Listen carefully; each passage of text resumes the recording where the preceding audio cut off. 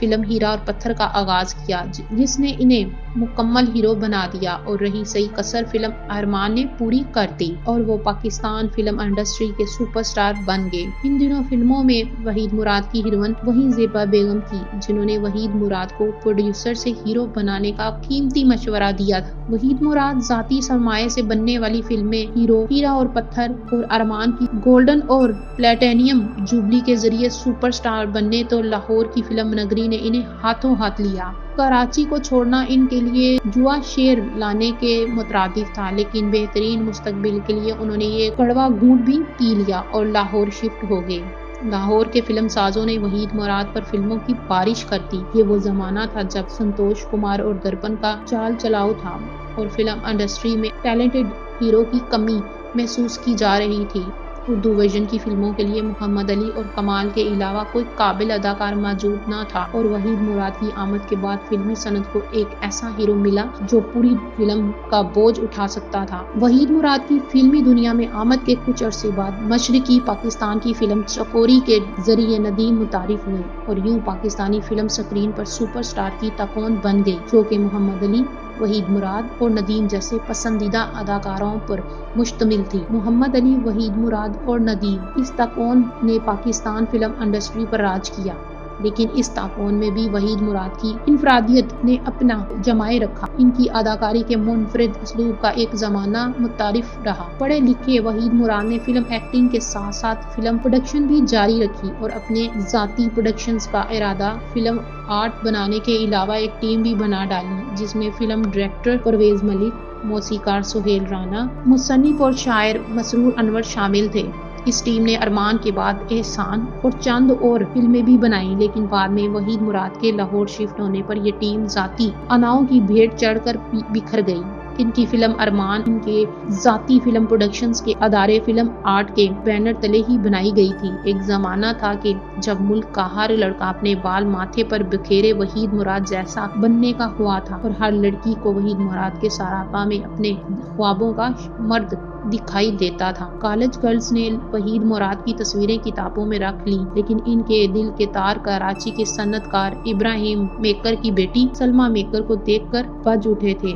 یوں ایک روز وحید مراد سلمیٰ میکر کو اپنے دل کا حال بیان کرنے ڈانسنگ کلاس میں جا پہنچے، جہاں وہ ڈانس کی ریہرسل کیا کرتی تھی۔ سلمیٰ مراد کہتی ہیں کہ ریہرسل کے دوران ہی ایک سانولا سالونہ نوجوان وہاں آیا اور انہیں اشارے سے بلایا۔ میں اس کے پاس گئی تو اس نے برخاستہ سوال کیا، کیا مجھ سے شادی کرو گی؟ میں اس اچانک سوال پر ہکا بکا رہ گئی اور حیرانی سے ان کا منہ دیکھتی رہ گئی، لیکن وہ مجھے الجھن میں ڈال کر وہاں سے جا چکا تھا۔ کچھ روز ہی میں وحید مراد کے والدین کی جانب سے باقاعدہ پیغام آیا۔ چند روز میں ہی وحید مراد کے والدین کی جانب سے باقاعدہ پیغام آیا، اور میں نے بھی اس نوجوان کی اس روز کی ولہانہ جرأت کو دیکھتے ہوئے اقرار کر دیا، اور یوں ہم جیون ساتھی کی دوڑ میں بندھ گئے۔ جب اداکار سٹار بن جائے تو اگلی راہیں خود بخود کھلتی چلی جاتی ہیں، اور کئی اداکارائیں اس نام کے ساتھ اپنا نام جوڑ کر کامیابیاں لیتے ہیں۔ ایسے ہی ہوا۔ وحید مراد جس بھی اداکار کے ساتھ کاسٹ ہوتے، لوگ ان کے ولہانہ پن اور بولڈ انداز سے ازا خود فسانے بنا لیتے، جس میں حقیقت کم اور مبالغہ زیادہ ہوتا تھا۔ وحید مراد مقبولیت اور پسندیدگی کا ایک قابل دید مظاہرہ پوری فلم انڈسٹری نے اس وقت دیکھا جب وہ پورا لالی ووڈ ملک میں آنے والے سیلاب زندگان کی امداد کے لیے چندہ جمع کرنے کی خاطر سڑکوں پر تھا۔ وحید مراد جب فلم مارکیٹ لکشمی چوک پہنچے تو مداحوں کے ایک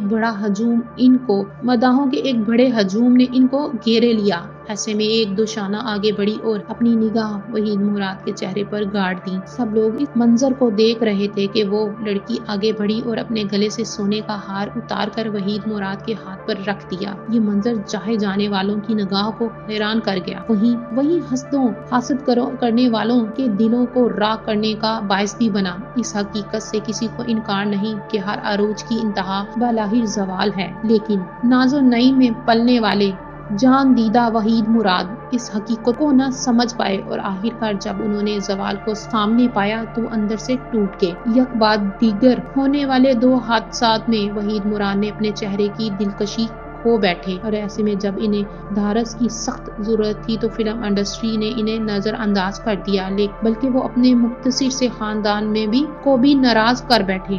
وحید مراد کی اہلیہ کو بھی انہیں اس حال میں چھوڑ کر امریکہ چلی گئی، اور جب کوئی دھارس بندھانے اور امید دلانے والا نہ رہا تو وہ ٹوٹ کر بکھر گئے۔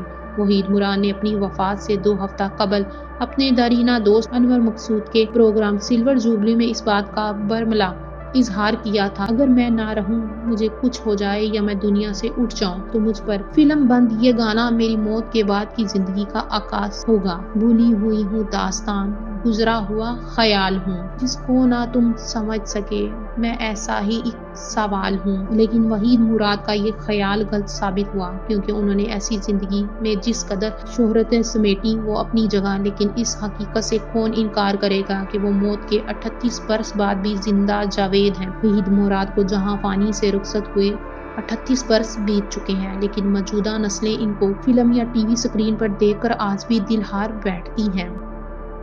ناظرین، اس طرح کی معلوماتی اور دلچسپ ویڈیوز کو اگر آپ کو پسند آئی ہوں تو ہمارے چینل کو ضرور سبسکرائب کریں تاکہ آنے والی مزید ویڈیو آپ کو مل سکیں اور ہماری حوصلہ افزائی ہو سکے۔ شکریہ۔